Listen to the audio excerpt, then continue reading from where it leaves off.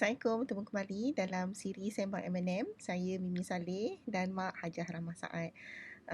Khabar Mak? Waras. Waras ke? Waras. Dah 11-12 hari dalam rumah ni masih waras? Masih waras lagi. Mak dah 11 tahun kat lu duduk dalam rumah ni. Ya. Dari hitam dah jadi putih. Wah. Itu kebaikan duduk di rumah Ya. dia jadi. Ni kalau yang apa ni, yang berkurung berapa hari ya? Sebulan ke? Apa? Yang sekarang ni. Ni bakal lah. Bakal Start daripada 18 Mac sehingga 14 misi April. putih. Misi tak payah pakai apa-apa. Tak payah makan pil, tak payah makan krim. Misi putih punya. Apa ni, so macam Mak kata tadi Mak dah 11 tahun kan, kira isolate lah juga dalam rumah kan. Sebab apa tu? Mungkin orang lain nak tahulah. Yalah, 11 sebab tahun. terpaksa lah kerja dari rumah kan. Sebab suami saya stroke. Suami saya stroke dah 11 tahun yang lalu. Jadi sejak tu saya bekerja dari rumah dan tak keluar rumah lagi lah. Tak boleh nak tinggal sebab husband saya stroke kan. Jadi tak boleh tinggal dia. Kadang-kadang aja keluar. Kadang-kadang aja keluar. Itu pun pasal macam kita ni kan. Kalau kita perlu juga melihat selain daripada dinding rumah kita lah. So kadang mak cakap jom kita pergi mana. Itulah kalau nak apa, kita nak melihat benda lain lah daripada rumah kita kan. Tapi macam Mak dalam situasi 11 tahun tu, maknanya daripada tahun 2010 lah. 2010-2009 tu Abah stroke kan. Itu kira walaupun terpaksa, tapi masih Mak ada masih kita boleh keluar, kebebasan untuk keluar tu masih ada kan. Tapi macam sekarang ni kawalan pergerakan kan, PKP tak boleh. Nak keluar daripada rumah pun dikawal lah. Maknanya atas keperluan sahajalah kita boleh keluar kan.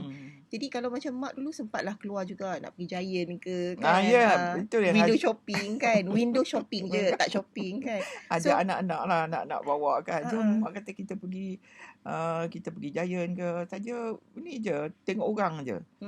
Kita tengok orang je kan. Kita ni manusia ni kita perlu interaksi dengan dunia luar kan. Kita tak boleh duduk dalam gua. Tapi sekarang ada orang rasa macam dia duduk dalam gua lah, duduk dalam rumah kan. Macam as if terkurung. Walaupun pada hakikatnya ini hanya kawalan pergerakan kan. Tapi bila kita kawal pergerakan, macam budak lah juga. Kalau kita kata duduk, dia tak boleh nak duduk kan. Dia memang, kita punya nature ni memang nak bergerak kan, nak keluar rumah. So sekarang tak boleh keluar. Especially kat Long, kalau housewife ni, kalau wife ni okey juga sebab dia banyak kerja nak buat di rumah. Tapi orang lelaki ni kat Long, dia kat kedai mamak aja. So macam mana? Tak semua lah kan. Yalah, kebanyakan lah kat Long. Kebanyakan kan. Walaupun orang yang bekerja tu weekend ke apa, jom pergi kedai mamak kan. Duduk kan, melepak. Bukan lepak lah, ada projek, ada apa ke kat situ kan. Jadi dia ada space, dia ada apa, dia boleh keluar lah daripada surrounding dia kan. Untuk apa kat Long, untuk diri dia sendiri lah. Tapi sekarang ni tak boleh. Itulah yang nak tanya ni. So bila kita tak boleh ni kan, seksa lah Mak rasa lah. Mak rasa seksa. Sebab Mak tengok anak Mak tu pergi beli teh tarik bungkus yang ikat tepi. Ikat tepi tu buat balik rumah. Pasal macam ketagih tau, tak dapat nak minum teh ni di kedai mamak tu, so pergi beli. Padahal boleh aja beli susu boleh buat di rumah kan. Tapi ndak juga dia punya suasana pergi kedai mamak tu kan. So bila macam sekarang ni kan, kita dalam rumah kan, dalam COVID-19 ni. So macam mana ada orang dia macam enjoy jugalah duduk kat rumah kan. Sebab selama ni dia tak pernah spend time dengan anak-anak kan. So macam Moni ada dapat satu dalam Facebook lah, message daripada satu kawan Facebook kan, Puan Fairuz Fuzi. So dia kata macam honeymoon. Dengan suami dia kan, walaupun dia dah kahwin 6 tahun kan, dia suri rumah. Dia rasa macam honeymoon. Kemudian beban jaga ni lah, handle rumah tangga kan, handle anak-anak. So sekarang ni suami boleh bantu sebab mungkin suami bekerja kan sebelum ni. Jadi dia suri rumah. So sekarang ni dia dia rasa macam lega lah, ada orang bantu ada orang kan. bantu. Jadi ada setengah orang melihat keadaan tertawal ni macam a blessing lah untuk orang kan. Dan betul lah, masa mak mula-mula dulu bila abah sakit, terus duduk di rumah pada peringkat awalnya tu, memang seronok kat dong. Ya Allah, leganya rasa kan. Tak payah pergi office, tak payah dengar lagi ringing telefon, tak payah apa ni, macam-macam, tak payahlah duduk di rumah ni. Memang rasa lega sangat. Boleh masak, boleh kemas rumah, boleh apa, kita kan sesuatu yang kita lama nak buat tapi kita tak boleh buat kan. Sebab abah stroke, dia tak boleh jalan dan dia tidur saja kan. Jadi masa mak banyak masa tu. Jadi macam rasa satu dunia baru lah, perubahan daripada office ke rumah tu, macam satu dunia baru. Memang seronok. Tapi seronok kita tu tak berpanjangan kan long. Kenapa tiba-tiba dia macam daripada seronok tiba-tiba rasa tak seronok tu? Jemu juga lama-lama sebab ini anak-anak dah tak ada kan. Kak Long dah besar, semua dah besar. Tak ada apa nak kemas kan. Masa dulu, masa mak kerja sebagai wartawan dulu, kemudian mak berhenti. Ini lama lah, long time ago punya cerita lah. Masa tu anak-anak mak kecil lagi. Kak Long, masa mak berhenti kerja, Kak Long umur berapa tahun? 3 tahun ke? No. 4 tahun, 5 tahun kot ni. Belum sekolah kan. Mak kata, mak rasa leganya. Mak ingat lah. Oh, ni duduk rumah seronok ni. Aku nak jaga anak aku macam ni. Tapi Kak Long, ya Allah, rupanya duduk kat rumah ni kerja tak habis Kak Long. Memang tak habis kerja. Pasal masa tu zaman 70-an, washing machine tak ada. Blender ni belum ada lagi. Kalau you just imagine kan. Membasuh kain je pun tak berhenti. Yelah, macam kita pun tiba-tiba macam setiap hari kena basuh baju pula kan. Itulah. Jadi pada waktu tu, jadi bukan kata seronok kan. Sekejap tu okey lah, memuaskan hati kita kan. Kita nak rasa duduk rumah macam mana. Tapi bila dah sebulan kalau duduk kat rumah tak bekerja dah ni, tahulah macam mana penatnya. Tapi untuk macam sekarang ni, walaupun bunyi macam duduk di rumah stay at home, tapi ramai juga work from home. Kan, sebab sekarang ni kan. Jadi dia punya stress work from home tu lah jadi berganda lah. Stay at home maknanya kalau macam dulu mak stay at home, mak just jemu saja. Kan? Tapi yelah, kena buat kerja rumah sekarang. Kalau you stay at home, you kena buat kerja rumah, you kena buat kerja pejabat juga dia kan. jadi double lah work from tengok home. Mak punya menantu tu meeting apa semua kan. Dari rumah kan. Jadi maknanya bukan bercuti. Jadi ni menimbulkan stres kat long. Dulu pun masa mak jadi housewife pun, memang pada peringkat awal tu memang stres. Nak cookkan dengan anak-anak, nak pergi makan dengan anak nakal, anak bergaduh kan. Yang selama ni semua dihandle oleh pembantu rumah kan. Bila pembantu rumah tak ada, kita buat semua sendiri. Kita tahulah macam mana dunia tu. Apa langit, orang kata langit tinggi rendah kan, macam mana. Yalah, cuma macam sekarang ni ada setengah orang dia masih hantar anak ke nursery kalau boleh, ataupun penjaga, sebab kalau penjaga tu sebelah rumah lah. Tapi macam sekarang ni sebab kita worried kan dari segi COVID-19, semua dah berada dalam rumah kan.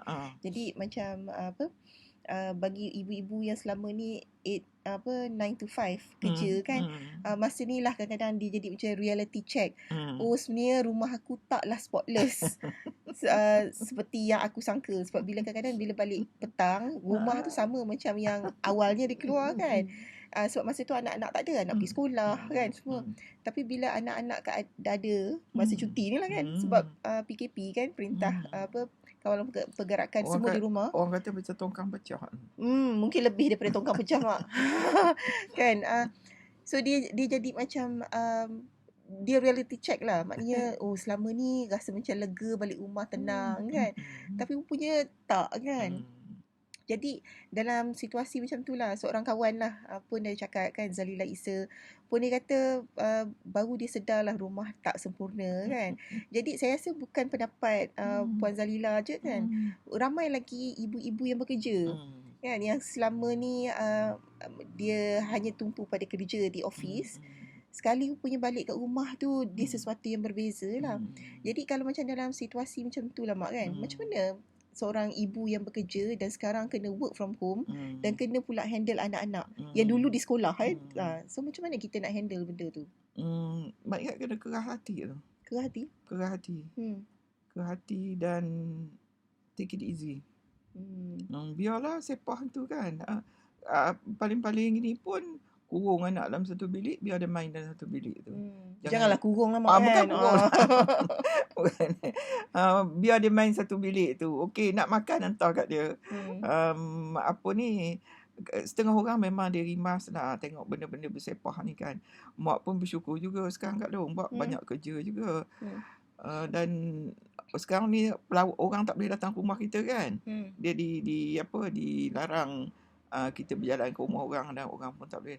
Mak tak kemas rumah lah kat dia. Tak kemas. Kalau tidak kita takut kemas kan, nanti orang datang lah apa kan. Kadang kemas rumah ni takes time juga kan. Takes time walaupun kata berapa minit tapi kita punya konsentrasi kerja kita terputus kan. So mak lah kalau mak tengah sibuk buat kerja kan, mak tak kemas rumah. Rasa dah macam kalau ada benda apa melekit-lekit ke baru ambil mop lah. Kalau tidak biar je kan. Itu yang orang kata overwhelm. Dia overwhelm tu macam dia dalam kepala kan. Ni semua kadang-kadang berlaku dia dalam kepala. Especially orang yang ni kalau yang apa yang idealist ya. Apa? Tapi Munir rasa benda ni akan berlaku pada semua orang. Semua orang bila dia overwhelm. Overwhelm ni dia nak buat macam ni. Dia fikir nak buat macam-macam. Dia tak fikir pun sempurna mak. Tapi kadang-kadang benda tu datang bertimpa-timpa. Nak kena masak, nak kena basuh kain, nak kena siapkan kerja work from home kan. Lepas tu kan bos nak buat Google Hangout pula meeting kan. Nak kena meeting pula. Lepas tu anak-anak bising. Suami nak air kopi. So dia jadi macam overwhelm. Tahulah ni baru the real apa. So dia punya overwhelm the real home macam ni lah the real home kan. So apa yang berlaku juga bila dia overwhelm dan dia cuba nak capai semua serentak, dia akan jadi burn out. So burn out tu itulah yang start macam-macam. Start dah bunyi siren tak? Dia nak siren pun siren. Dah tahu siren macam mana? Yang macam Tarzan tu. Macam mana? Saya pun dulu macam tu juga, macam Tarzan juga kan. Mandi mana tak turun makan lagi. Ugut lah, apalah, ancam lah semua. Kau tunggu nanti abah kau balik. Cakap abah balik je semua melu pergi mandi kan. Kadang dalam rumah ni mesti ada juga satu orang yang anak-anak ni dia takut sikit lah kan. Jadi kita boleh guna tu untuk ugutan lah. Start lah petik nama kan. Abah kau balik sekarang. Apa siap. Buat tengok orang putih pun macam tu kat tu. You wait until your father comes back kan. Start lah panggil nama anak penuh. Nama anak tu penuh lah. Kan. Apa ni? Mimi Zairul Murni mandi.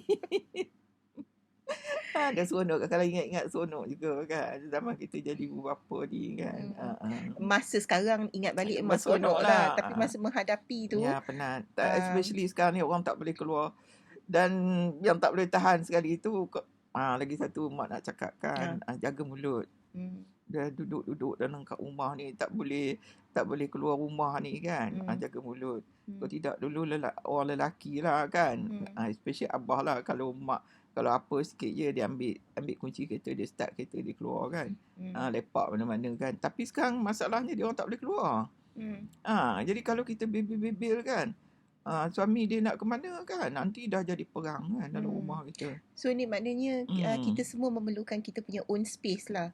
Bila kita kat tempat kerja, itu space kita di tempat kerja kan. Sebalik rumah kita macam tukar topi. So kita ada space kita lah. Sekarang ni space kita dah dikawal. So bila kata kawal pergerakan, maknanya kita punya space tak yang sepatutnya kita ni kan dah dikekang lah. Jadi menyebabkan itulah dia bertambah-tambah lah. Tadi dah lah overwhelm, burn out. Lepas tu ni restrict punya zone kita kan, space peribadi kita pun dah diganggu kan. Jadi kalau dia katakan biasanya suami lah kan, kadang-kadang suami tidur kan, dia tak tahu nak buat apa, nak tolong kat dapur kan pun dia tak reti, dia nak buat, dia tak biasa kan. So biar je lah dia tidur. Jadi maknanya kita boleh buat kerja dengan bebas kan. Tak payah ada orang bagi arahan kepada kita kan. Apa siapkan keperluan dia, apa yang dia nak kan. Dan bila siap makan, dia panggil dia makan. Dia senang. Kalau mak macam tu lah kat lu. Mak tak mahu abah-abah tolong mak masak ni kan, leceh lah. Anak-anak pun mak tak suka dia tolong mak kan. Tapi mungkin juga ada keluarga yang kedua-dua, isteri dan juga suami ni, yang memang ialah sebab kerja kan. So kita memang jarang masak kat rumah, selalu makan kat luar kan dengan anak-anak. Sekali sekarang ni kita dah macam duduk kat rumah, tak boleh nak keluar, tak boleh nak keluar makan kan. Takkanlah setiap hari nak panggil food panda kan. Jadi part ni lah kadang-kadang timbul juga macam ada pemberontakan dalam keluarga kan. Anak-anak nak makan KFC je setiap hari kan. Jadi pendapat mak macam mana bila budak-budak ni berkehendak yang itulah, macam tu lah. Dia syukurlah kan pasal mak ingat apa yang mak abah lakukan dulu kat kita, seiring lah kita punya pandangan kan. Mungkin cara kita dibesarkan tu dalam keluarga yang orang dulu semua miskin kat long, kecuali yang makan gaji je kan. So kita ni seadanya saja kan. Jadi mak pun bila dapat anak pun kan tak latih lah makan mewah-mewah kan. Bermewah-mewahan lah dengan makanan ni kan. Sekali-sekala okey lah. So yang pentingnya waktu zaman macam ni lah kat long. Macam susah ni kan. Macam zaman susah ni anak nak makan KFC lah, nak apa makan McD lah, apa. Lepas tu kita tak boleh pergi, kita panggil panda. Semua ni melibatkan kos kan. Dan kat long sekarang ni orang daripada orang yang bekerja rumah kan kat long, mana ada duit kan kalau bekerja daripada rumah kan. Jadi ini freelancer ke apa? Freelancer lah. Sorry. Yang freelancer lah, yang bekerja, memang dia bekerja home base kan. Memang dia bekerja all the time, dia memang bekerja di rumah kan. Jadi pada waktu-waktu macam ni pendapatan dia terjejas dan duit dia berkurangan, income dia berkurangan kan. So ini juga menimbulkan stres. Dan menimbulkan stres, mulalah nak bergaduh long. So jangan jadi mulut kita masa kita berada dalam rumah ni, mulut kita kena jaga, jangan bebel. Kalau dua-dua pihak lah, bukan makna dua-dua pihak. Kita mesti memahami pasangan kita, kita memahami keadaan bahawa keadaan sekarang ni sangat tegang dan kita memerlukan kerjasama untuk mengamankan. Kalau faham ke bebel ni macam mana? Cuba Kak Long bebel sekali. Macam mana? Disuruh bebel. Yang dikatakan bebel. Bebel. Yang dikata bebel ni macam mana? Macam mana? Mak pun tak berhenti, tapi mak ingat macam ni lah. Kalau kita nak suruh anak kita mandi kan. Amin pergi mandi. Mandi sekarang, pergi mandi. Macam tu je. Cakap, jangan bebel ni macam ni. Amin pergi mandi. Dah besar-besar pun mak nak suruh lagi apa ni kan. Esok nak jadi kahwin besok macam mana nak membebel lah. Itu dah membebel. Benda yang tak sepatutnya kita cakap kan. Ini macam tu juga kalau dengan isteri ke kita suruh dia dia suruh buat air kan. Kemudian husband bebel. Suruh buat air yang sikit tu pun mak ni sebenarnya tak reti bebel. Suruh buat air sikit macam tu, mungut. Bukan susah sangat kan, ringan aja buat air tu. Dia lah buat sendiri air tu, tak payahlah suruh isteri dia buat kan. Jadi mulut kena jaga. Kalau nak bagi arahan sekali je. Kalau kata orang tu tak nak dengar macam mana mak? Tak nak dengar, ambil kayu pukul. Dah jadi mangsa ni pula, domestic violence kan. Tapi saya rasa itulah, dalam dia kadang-kadang macam yalah secara membebel ni menyebabkan kita punya darah kita go upstairs long. Tapi yalah macam ni, kita bercakap mengenai buluh mak. Buluh-buluh yang dah kerah gentung ni kan. Macam nak mengajak orang dewasa kan, katalah supaya jangan bebel. Jadi daripada awal, daripada jadi anak-anak kan, anak-anak tu masa latih anak tu jangan membebel. Jangan bebel. Anak pun bebel ni dia tak belajar kan, dia ikut. Yelah, Ikut. tapi Mak sekarang ni kita menceritakan keadaan semasa, keadaan COVID-19 yelah, ni. kalau Kita dah tak boleh nak kata jangan bebel. Dia dalam situasi. Tak, kalau dia tak biasa bebel pun dia tak kerti kalau. Dia tak kerti bebel. Tapi dia akan jadi silent treatment. Yelah, kita boleh faham lah. Ini kata mesti understanding tadi. Kita mesti memahami empathy dengan keadaan pasangan kita kan. Especially kalau yang bekerja sendiri ni lah Mak kata pada waktu-waktu macam ni income tak ada. Bukan dia tak nak kerja, tak boleh nak kerja. So jangan kita menambahkan beban pada perasaan dia dengan membebel lah. Kenapa ni macam ni risau. Yalah. Jadi mak yang duduk di rumah aku, mak baca Facebook kan, mak tengok suasana keadaan sekarang yang COVID ni dengan orang kata gelombang ni pun rasa risau loh. Tapi saya rasa benda ni normal dari segi kita manusia. Bila manusia, kita emosi tak boleh macam ni. Kadang-kadang kita tak terkawal tau.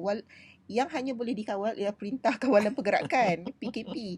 Tapi manusia kadang-kadang kita tak boleh nak kawal bila dia dah start tu lah overwhelmed, dah burn out, all the stress kan. So dia dah start nanti depression ataupun bukan, kalau depression dia senyap. Yang part yang satu lagi ni, yang dia start mengamuk, dia start bergaduh kan. Jadi dalam situasi sekarang, kita hari ni hari yang ke-11, 11 ke-12 kita PKP kan. Jadi bila kita dekat rumah, kita memikirkan apa yang kita boleh buat sekarang lah. So, saya suka apa yang pendapat kawan saya, sebenarnya sepupu saya lah, Nakuyah dekat Sabah. Dia tulis dekat Facebook saya, apa yang dia buat. Dia seorang-seorang di Sabah. Keluarga dia di Johor. So, apa yang dia buat ialah dia buat things to do. Okay? Sebab kadang-kadang bila overwhelmed, sebab saya kata tadi kan dia berlaku di sini, overwhelmed ni, dia fikir macam-macam tau. Bila dia fikir macam-macam, dia membawa ke hati. So, salah satu cara ialah kita buat things to do. Kita buat list lah. List, narai, things to do. Bunyi macam klise tau Mak. Nak kena buat things to do lah. Tak, Mak Tapi it works. Yes. It works. Mak pagi-pagi pun buat things to do juga. So, hari ni nak buat apa, hari ni nak buat apa. Nanti kita write kan. Dah accomplish.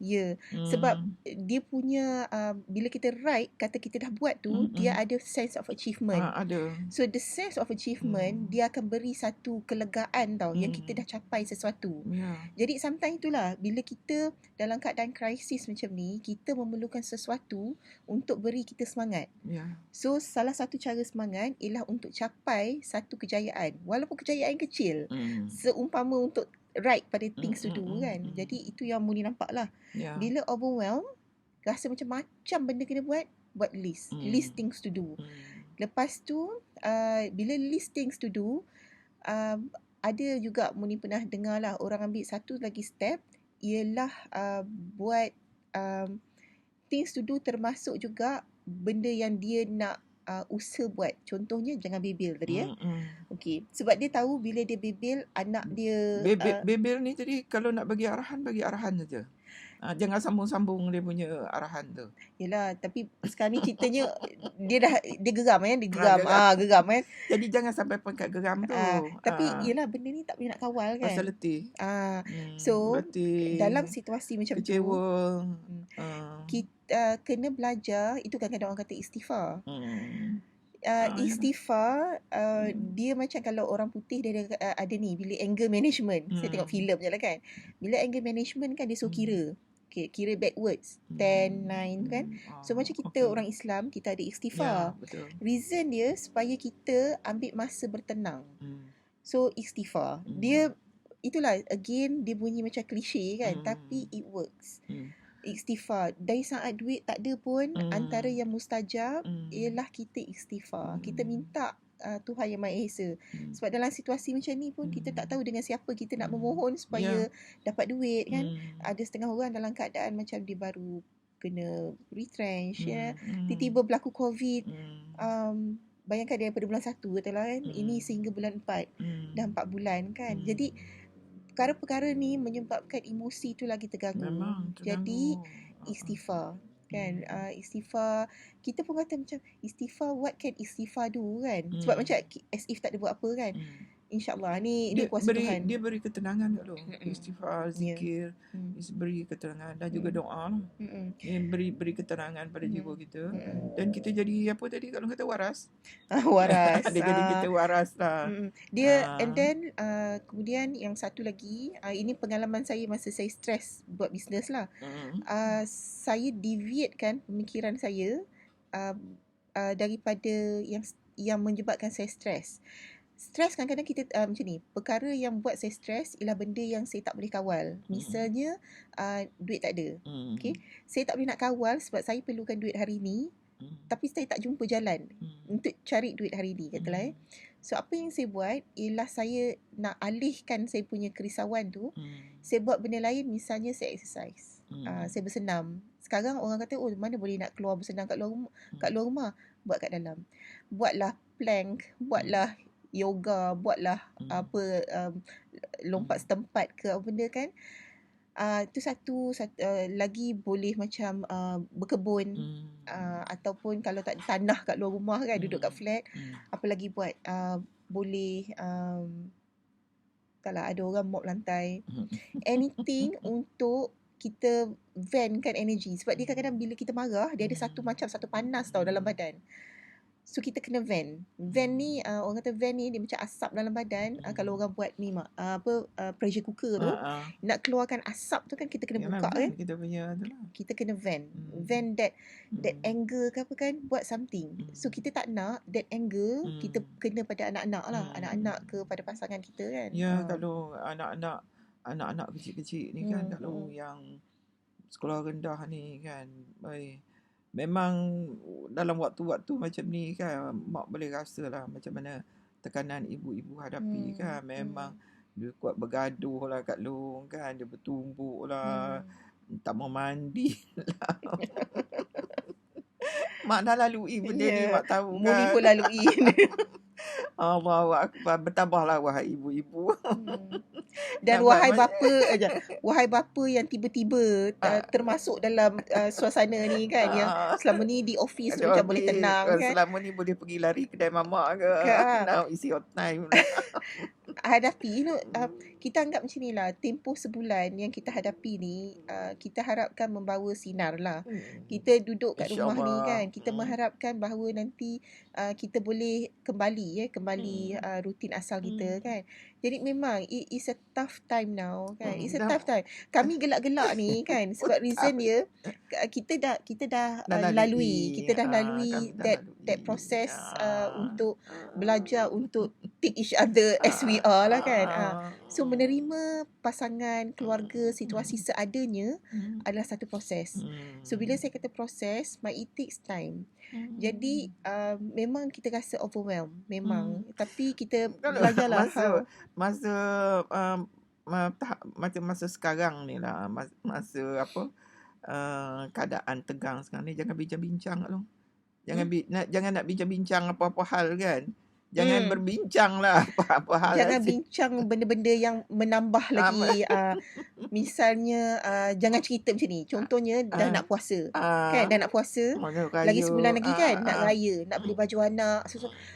Buat masa ni lah, tak payah bincang lagi benda-benda yang melibatkan duit kan. Sebab sekarang ekonomi ni kan, tak payah. Lepas tu satu juga saya notice lah, apabila kita tulis di media sosial, kita tulis yang baik-baik. Dia kadang-kadang macam orang kata, Mimi tulis, saya muni dapat ni lah orang komen kan, Mimi tulis yang baik-baik je, buatlah kelakar ke, buatlah macam komen-komen yang macam provoke kan, bagi naikkan sikit like kan. Reason is saya pernah melalui situasi yang saya stres, dan bila saya baca media sosial, dia bertambah stres bila membaca komen-komen ataupun lawak-lawak yang tak sepatutnya lah. Jadi bila saya baca satu status yang memberi inspirasi, dia melegakan saya dan memberi harapan. So harapan itulah yang sebenarnya kita perlukan untuk hari ini, untuk kita move forward tau. Jadi ni cadangan saya lah, tulis yang baik-baik kat media sosial. Tulis baik-baik. Kemudian at the same time, jangan musnahkan harapan orang. Kalau katakan orang tu tulis yang baik-baik kan, katalah dia tulis kata yang sekarang ni kerajaan akan bagi isi rumah 1,600, katalah rangsangan ekonomi kan. Okey. Pada waktu ini ramai yang dapat suntikan harapan. Yalah. Mak pun rasa je dapat 1,600. Tapi tak daftar lagi kat tu. Tak daftar. Nampak belum tak? daftar lagi kan. Tapi mak ingat kata Perdana Menteri, dia kata everybody will get. Nobody will be left behind kan. Dia part harapan tu ialah menyebabkan kita rasa segar. Esok masih ada. Jadi part tu sekarang kita tak daftar lagi, tak dapat duit lagi, tapi tak ada kita komen. Mak pun tak komen. Allah. Mak je cakap alhamdulillah, kata kan. Tak apa, nanti kemudian dia baru je berlaku kan, belum sempat lagi kerajaan tu, orang tu nak nak buat planning, prosedur. Kalau tak dapat pun, dia macam ni. This moment ialah moment untuk kita menaruh harapan. Dia tak taruh. Dia memang that feeling of harapan. Kita rasa segar tau. Jadi jangan punahkan harapan orang. Jadi especially harapan Mak Kia lah kot. Cik Kia. Mak Cik Kia. So it's okay. Ini kadang-kadang kita tak tahu situasi orang kan. Situasi orang yang tersempit kan. Ya Allah Kak Long, kalau ada sekarang kan mak ada RM500 pun kan Kak Long, itu dah rasa macam RM5,000. Dia punya besarnya kalau kita dalam keadaan kita yang sesak lah kan, yang kita tak ada duit kan. Dia itulah part harapan tu, kita terima. Kita terima harapan tu, esok masih ada.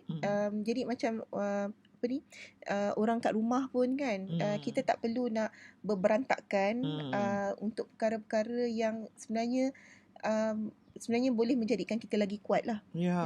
Mak ada lagi beberapa saat ni. Mak ada nak tambah apa lagi? Masa ni lah masa kita mengenali hati budi pasangan kita, ahli-ahli keluarga kita kan. So yang selama ni kita tak nampak the real he or her lah. So sekarang ni dalam keadaan yang ini sama ada kita lebih kagum lah, kita melihat kesabaran dia, keteguhan dia, Kak Long ni, semua yang baik-baik tentang dia ni muncul pada saat ini Kak Long. Pada saat genting ni, ataupun sebaliknya baru kita tahu pasangan aku ni macam ni sebenarnya kan, tak boleh bertolak ansur, tak sabar, tak apa kan. So kita harapkan keadaan ni akan apabila kita dah tahu tu, kita perbaikilah hubungan kita kan, untuk ke arah yang lebih baik. Mungkin ini turning point dalam hidup kita kan. Allah jadikan satu suasana macam ni untuk kita lebih mengenali pasangan kita, dan kita berusahalah untuk memperbaiki hubungan ni. Itulah yang mak rasa yang penting lah. Yang penting. Jadi saya recap lah apa yang kita dah sembangkan tadi kan. Satu, lihatlah macam mak cakap tadi kan, ini masa untuk kita melihat pasangan kita, untuk melihat anak-anak, dan at the same time melihat diri kita sendiri. Di sini kita akan melihat kekuatan dan kelemahan diri kita kan. Jadi apa yang lemah kita perbaiki, apa yang kuat kita usahakan bersamalah dengan pasangan dan ahli keluarga. Lepas tu at the same time juga diri kita sendiri secara peribadi juga perlu mencari kita own space, our own space kan. Cari own space tu untuk kita tidak hilang diri. Kadang-kadang kita lost ourselves in that moment tau. Jadi jangan jadi cari dengan cara tu lah. Kalau kita boleh tulis blog untuk vent out tu, tulis blog dan sebagainya.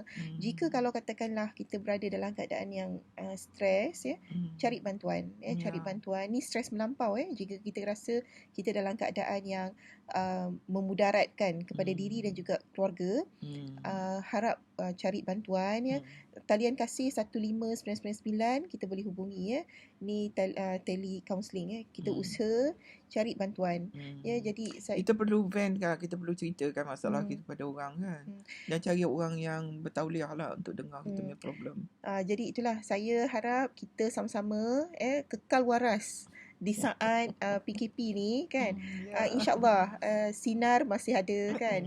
Jadi insyaAllah ini bukan perakhir untuk kita kan. Kita doa yang terbaik. Amin. Dan kita percaya esok lebih baik daripada hari ini. Ya. Kan? Jadi kita pun percaya kita mampu buat yang terbaik untuk diri kita dan untuk keluarga. Untuk 14 hari lagi akan datang. InsyaAllah. Jadi untuk jika ada sebarang komen dan juga cadangan, boleh letak di bahagian komen. Jadi sehingga kita jumpa di lain kali, saya Mimi Saleh dan Mak Hajar Rahmah Saad, dan saya mengakhiri dengan Assalamualaikum.